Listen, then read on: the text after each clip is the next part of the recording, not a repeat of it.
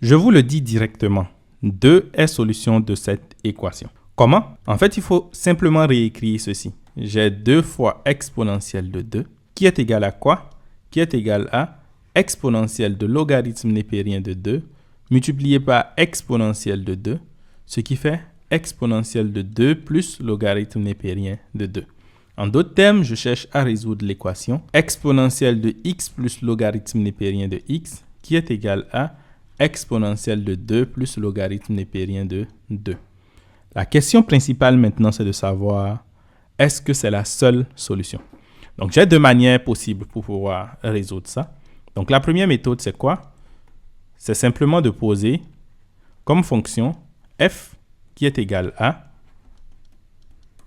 exponentielle de x plus logarithme népérien de x. Ensuite, j'étudie la fonction f et puis je vois ce qui se passe. Donc, lorsque je vais vouloir étudier la fonction f ici, je vais déterminer sa dérivée parce que c'est une fonction qui est continue et dérivable.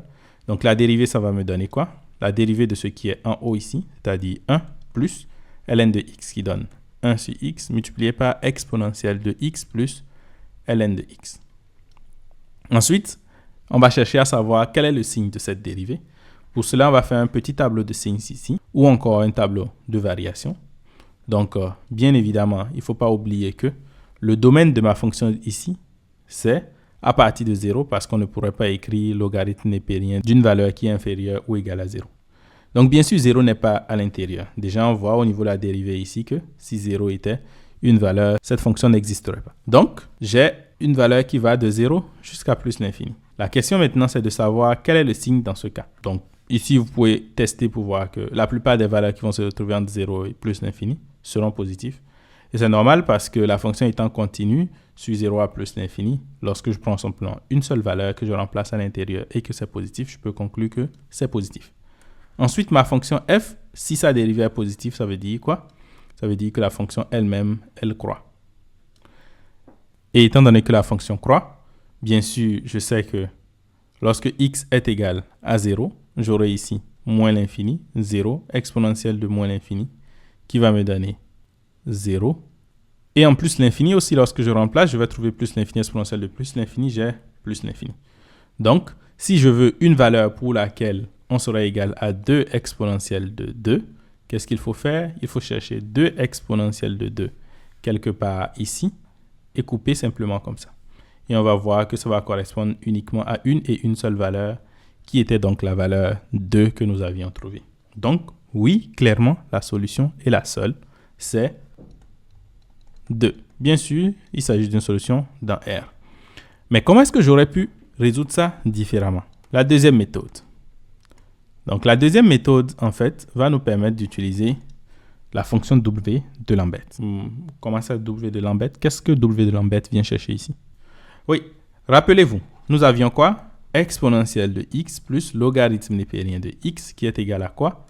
Exponentielle de 2, mais avec un 2 ici. Donc, moi, lorsque je vois ça, je pense directement à x exponentielle de x. Oui, en effet, je peux réécrire ceci sous la forme de x exponentielle de x. Parce que exponentielle de x plus ln de x, c'est aussi égal à exponentielle de x multiplié par exponentielle de ln de x.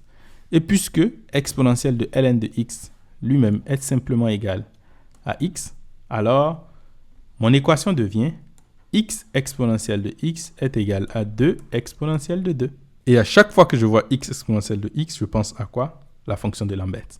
Donc, je peux utiliser la fonction de Lambert ici, puisque à partir de là, je peux écrire que w de x exponentielle de x est égal à w de 2 exponentielle de 2.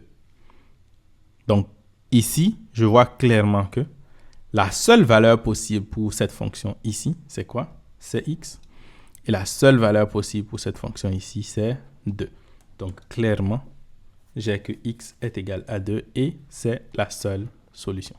Dans mes prochaines vidéos, nous allons traiter quelques équations de la fonction de Lambert. Sur ce, restez avec moi. Ciao!